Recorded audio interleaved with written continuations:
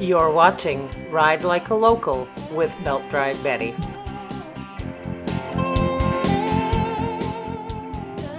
Ride Like a Local is brought to you in part by Community Futures, Grand Prairie and Region.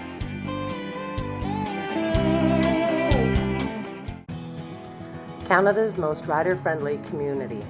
Where is it? Is it in Carman, Marystown, Viking? Where in this vast land is Canada's most rider-friendly community? Help us discover that special community at riderfriendlycontest.ca. Community Futures Grand Prairie and Region. Business development assistance, business planning, cash flows, market research, business loans up to $150,000.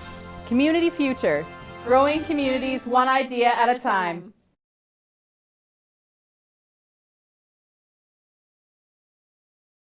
I'm being joined right now by a gentleman named Chekotah, and I had the privilege of riding behind him on the cavalcade coming up to Slave Lake for the Wounded Warriors weekend.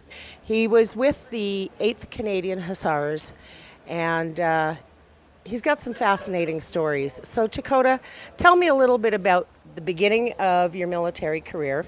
I started off in basic training in Gagetown, New Brunswick, and graduated, of course, from basic and went to be trooper. Got nicknamed First Class, and that's a great story. Trooper First Class Chekotah Bronson, and that was what I did. Home base was in Petawawa, Ontario, with the 8th Canadian Hussars.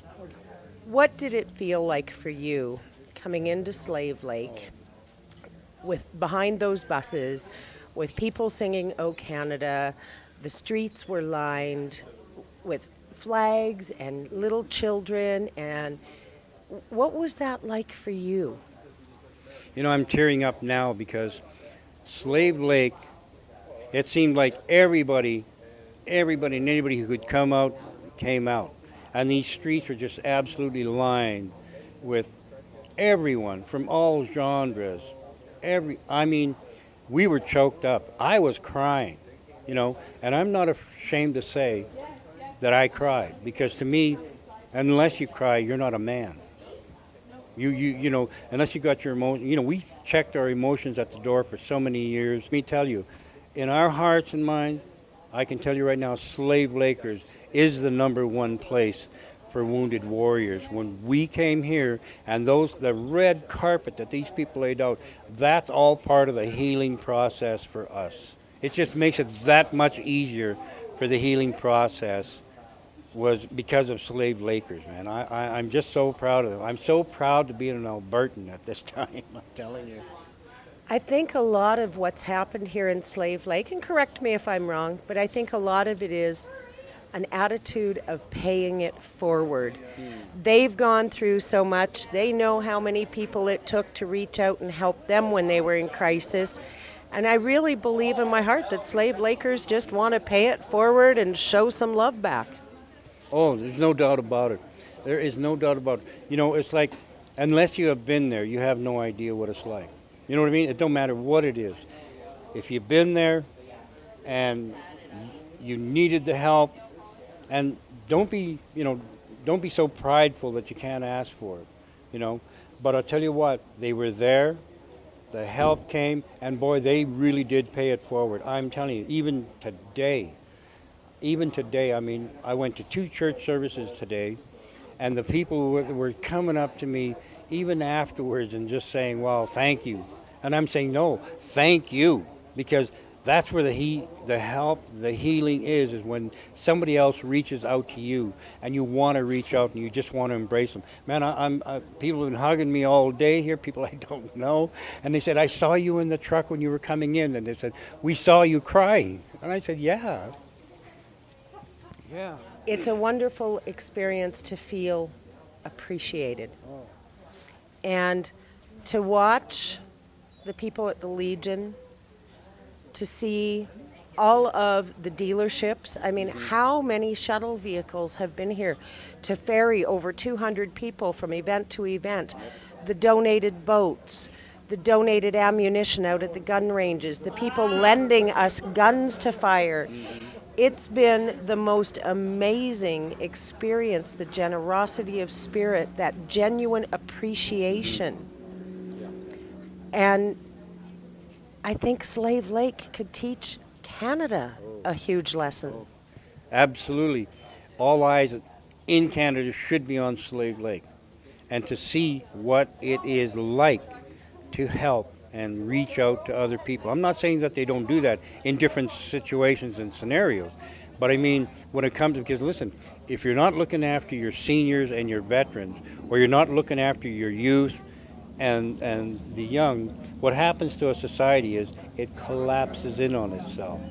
You consider the seniors, the elders, and the veterans as a bookend, and your youth at the other end of the bookend, and together they really support and hold up the knowledge of everything that's in between.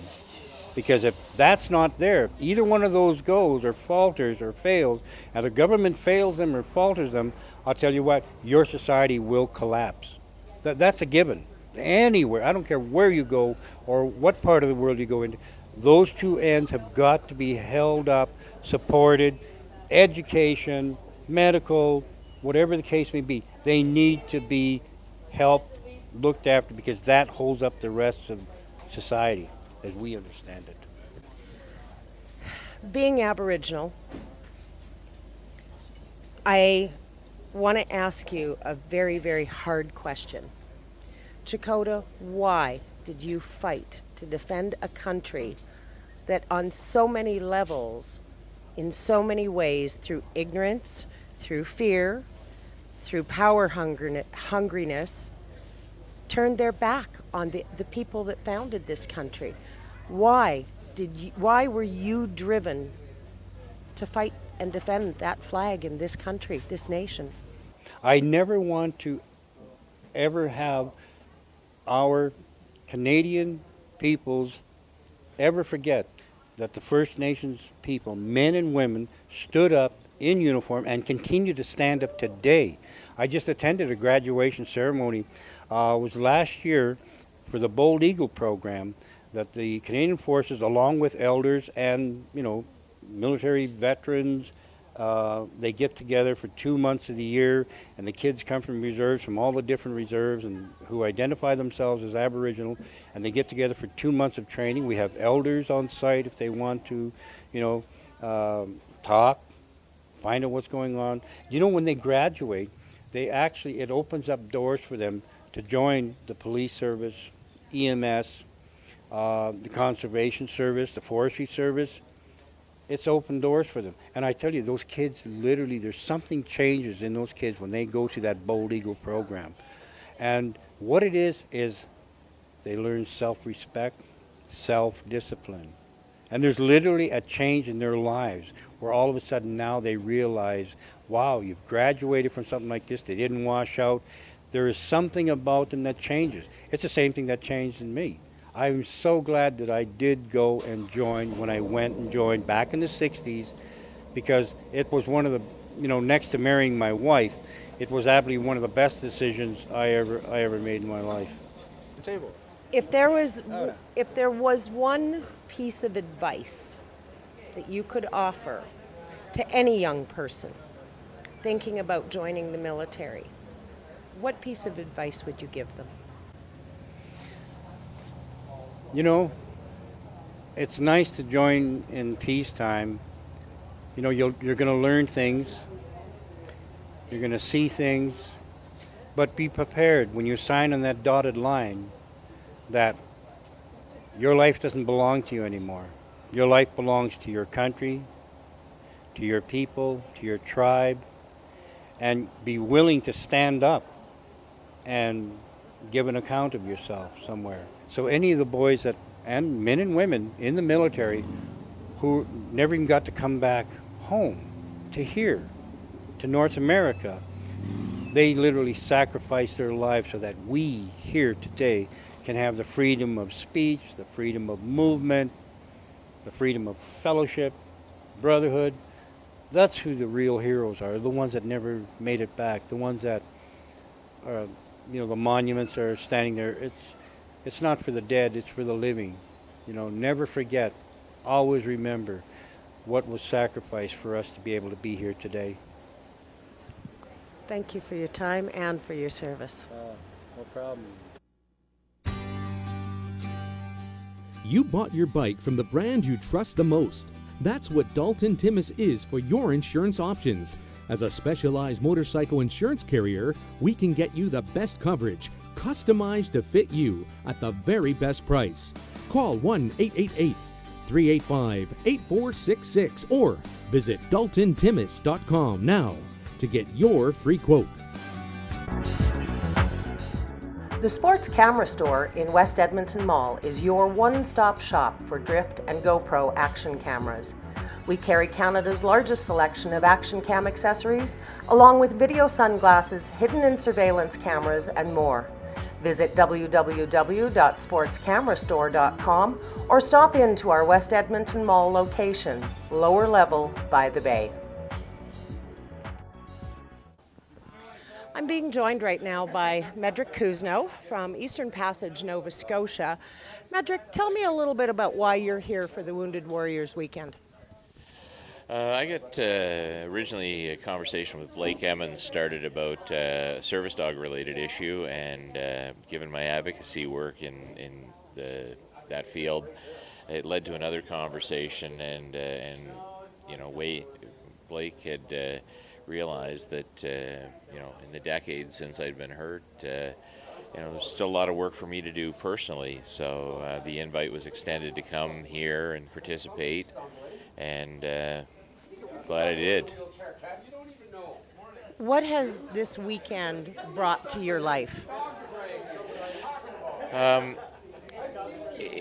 There's the interesting part is I guess that you never know whether or not you're the person that's going to be facilitating somebody else's healing process, or whether or not something that somebody else has to offer is yours. And so the chance to sit and talk and participate in a lot of events with different veterans that are at different points of recovery, dealing with a lot of their own issues, and you, I guess, draw strength from their strength and seeing what they've overcome. And there's been some amazing people, both physical and mental injuries that have really taken charge of parts of their own lives. And so you don't know if you're the example or whether you're the one who needs the example. So What was it like being on that bus coming into this town?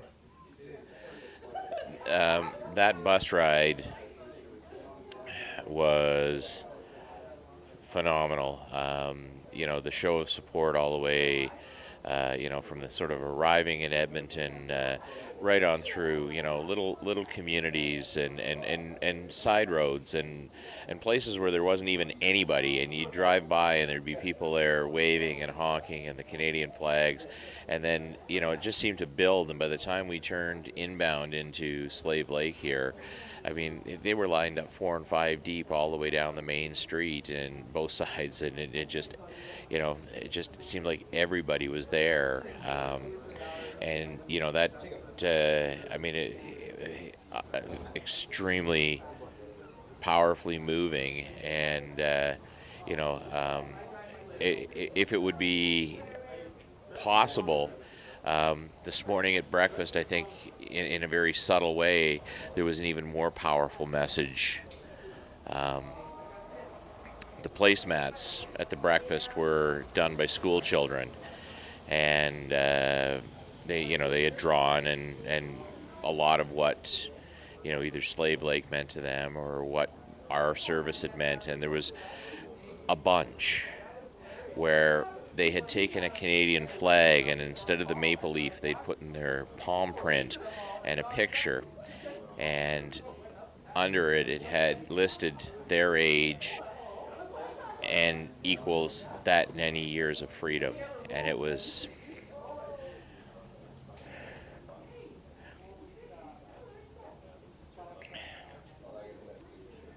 it's pretty damn powerful.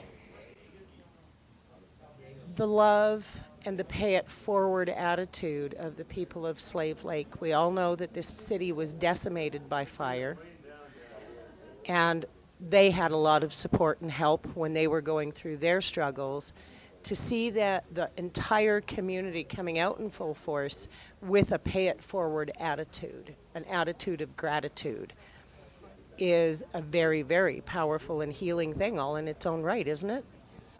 Well, very much so. I mean, you know, this is a community who understands the, you know, how close the line is between losing it all and not. I mean, you know, the last few miles into this community, you know, you can see the devastation and how close it came. And, you know, and these people are rebuilding their lives and their community, and they sort of have come out en masse just and you know, in talking to them, you know, the people that have provided the side-by-sides or the ranges or their boats to go fishing or a variety of other you know, every one of those has been a you know, it's all their own free will, you know, and they're giving to the communities. It's phenomenal. I look at all of the people that are here, the different soldiers from different countries. We have soldiers here from the United States, from Great Britain, some Aussies. What is it like sharing and talking to people from other countries? What commonalities are you finding? A friend of mine uses the expression, in some cases the mechanism of injury is completely unimportant.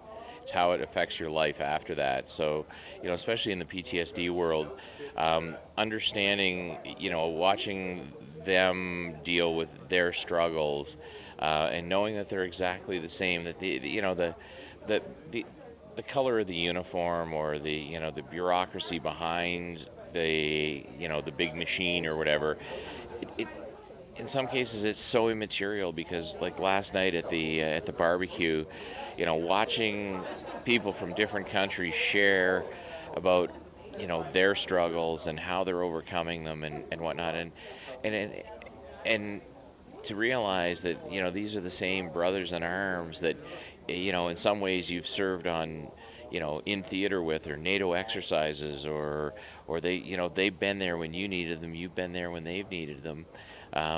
You know, it transcends lines on a map. It's about people.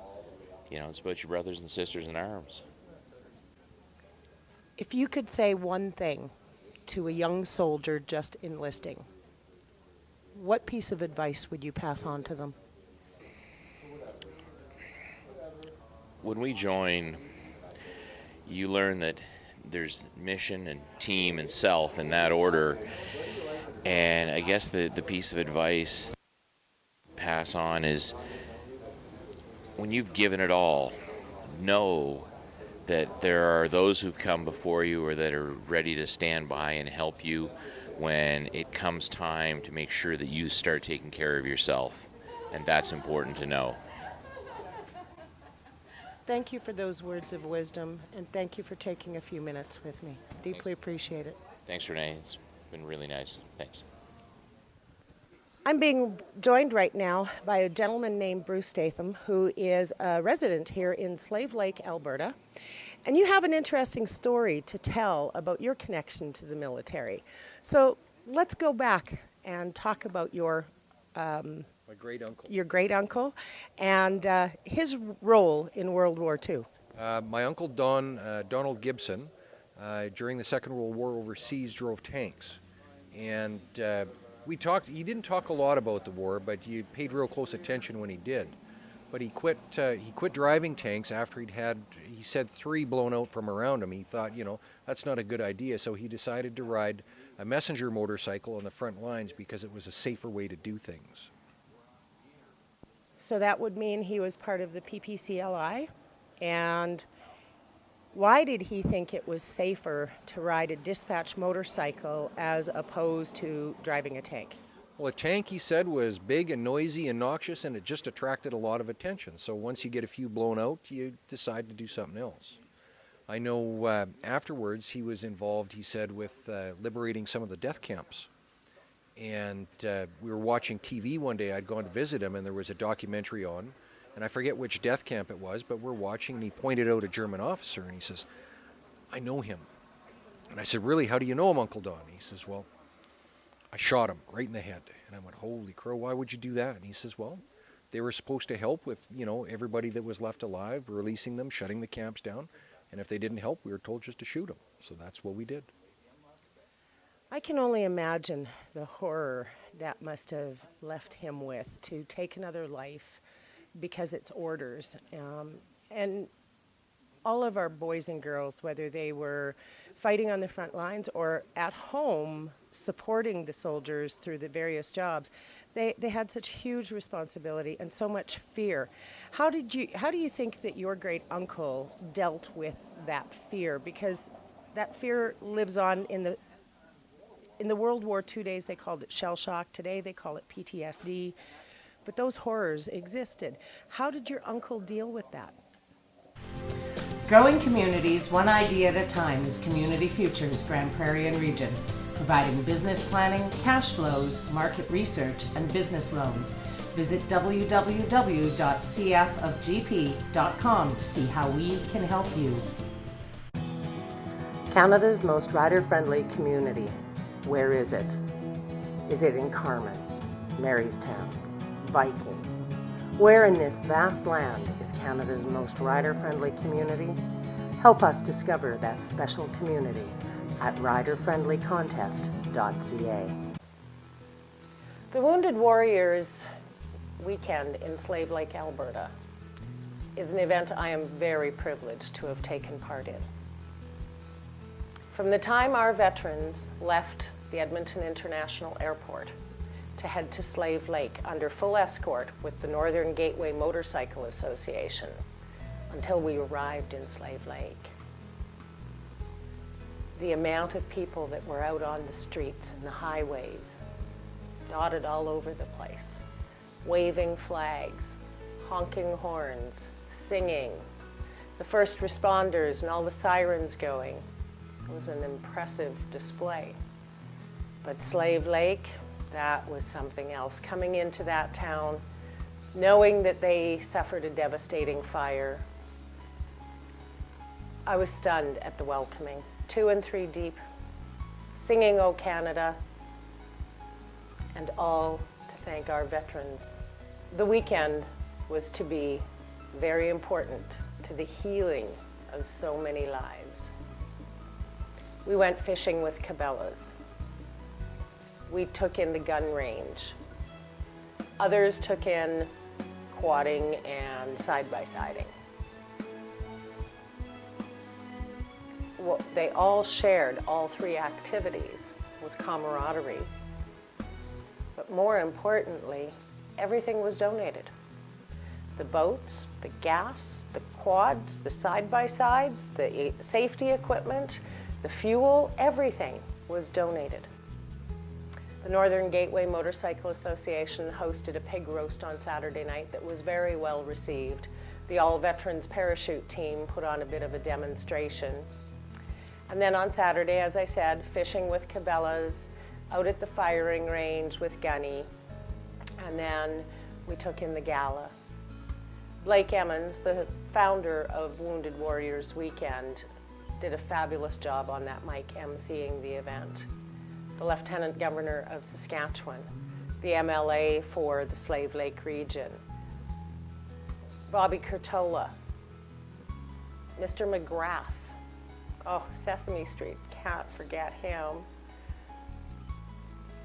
Tennille from Grand Prairie, Bobby Henline, and the American Bombshells. That was the entertainment lineup. With anyone else but me, anyone else but her. No, no, not a single soul but me. No, no, no, don't you sit under the apple tree. With anyone else but me, not till you see me, not till you see much home, home, home, home. Now the American Bombshells, these ladies make the Andrews sisters proud, I'm sure of it. From their period perfect costumes to their beautiful voices, their talent at dancing and expressing emotion. These ladies had it all. It was like the whole evening was like being at a mini USO tour. It really was. And Blake Emmons was our Bob Hope. It was an amazing evening where we got to sit with members of the community of Slave Lake and region, 4 to a table, to 4 veterans or 4 participants. We witnessed 2 veterans get PTSD service dogs. Brian Archer was generous enough to donate a dog. And then Alpha Canine out of Sacramento, California, Kevin Cameron also donated a dog. Lives were transformed. What else can I say? It was amazing. It was amazing. The shuttles donated by all of the different dealers in the town, manned by some of the most amazing volunteers ever. The breakfasts, again served by volunteers from different churches, the Rotary Club, the Lions. It was amazing. Then came Monday, our last day together, and we took in the show and shine from the Northern Gateway Motorcycle Association and the hoedown. And then after the hoedown and all of the check presentations, all of the sponsorship presentations, and the different entertainers, the veterans and all of us participants were bundled up in buses and taken out for a fish fry that was hosted by the conservation officers.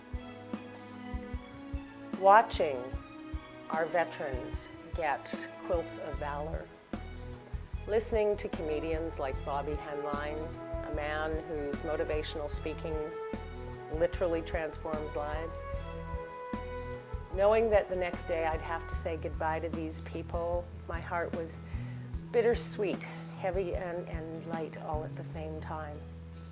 I want to thank the Alberta Committee, headed up by Don Clark, and Blake Emmons for having faith in me and inviting me to share the stories of some of our veterans and to cover this amazing event. Chilliwack, 2015 is your turn, and you have some pretty big shoes to fill. Just like Nipawin before, Slave Lake stepped up to the plate, but they upped the ante a little. Now, Chilliwack, it's going to be your turn to see how well you can do. I know this much. Our wounded warriors deeply appreciate the support, and this event couldn't happen without sponsors. Blake Emmons, Don Clark, and all the veterans I met, thank you for allowing me into your lives for a few days. It was an honor and a privilege.